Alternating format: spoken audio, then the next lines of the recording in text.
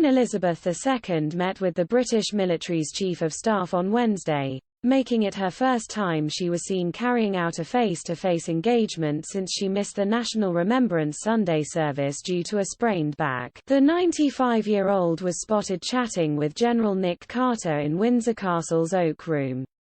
The reigning monarch, who wore a colourful floral dress for the occasion, stood to welcome Carter, who was preparing to step down from his role as the Armed Forces Chief at the end of November. Concerns about Elizabeth's health were raised last month when she spent a night in a London hospital after being admitted for medical tests, her first in 8 years. Then in late October, Buckingham Palace confirmed the Queen was advised by doctors to rest for at least the next 2 weeks and only take on light duties with zero travel. Those concerns intensified after the Queen pulled out at the last minute from Sunday's National Remembrance Service.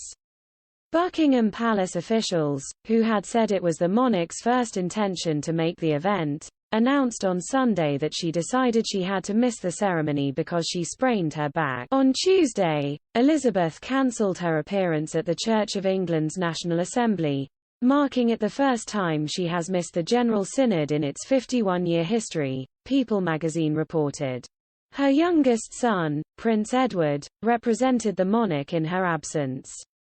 Still, the Queen shared a reflective message, including a nod to her late husband Prince Philip, who passed away in April of this year at age 99. It is hard to believe that it is over 50 years since Prince Philip and I attended the very first meeting of the General Synod, said Elizabeth in a statement, as quoted by the outlet. None of us can slow the passage of time. Elizabeth also praised the Church for offering hope during the coronavirus pandemic. Of course, in our richly diverse modern society, the well-being of the nation depends on the contribution of people of all faiths, and of none, said Elizabeth. But for people of faith, the last few years have been particularly hard, with unprecedented restrictions in accessing the comfort and reassurance of public worship. For many, it has been a time of anxiety, of grief, yet the gospel has brought hope, as it has done throughout the ages, and the Church has adapted and continued its ministry, often in new ways, such as digital forms of worship, the Queen shared. The outlet noted that the meeting takes place every 5 years to coincide with the diocesan elections. Your Graces and members of the Synod, the next 5 years will not always be straightforward, said Elizabeth. Like every new synod, you have inherited weighty responsibilities with many issues to address, reports to debate, and difficult decisions to make. You may have to consider proposals on governance, on conduct, on the use of resources, and on other issues, and on a vision for the future of the Church. In some areas, there will, of course, be differing views, and my hope is that you will be strengthened with the certainty of the love of God, as you work together and draw on the Church's tradition of unity and fellowship for the tasks ahead, she added. The Queen has long enjoyed robust health and is said to hate having people make a fuss.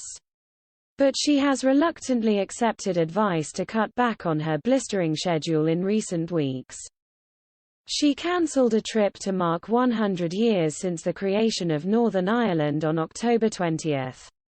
That was followed only days later by the announcement that she would not appear at the UN Climate Conference in Glasgow, a great disappointment to Britain's Conservative government, which was hoping to stress the importance of the 2-week meeting to save the Earth from uncontrollable global. In addition to using a walking cane, Elizabeth was also reportedly advised by doctors to give up cocktails and horse riding.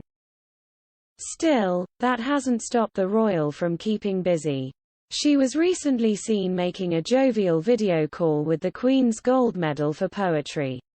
The Queen was also spotted driving solo around the grounds of Windsor Castle. Elizabeth, Britain's longest-lived and longest-reigning monarch, is due to celebrate her Platinum Jubilee, 70 years on the throne, next year.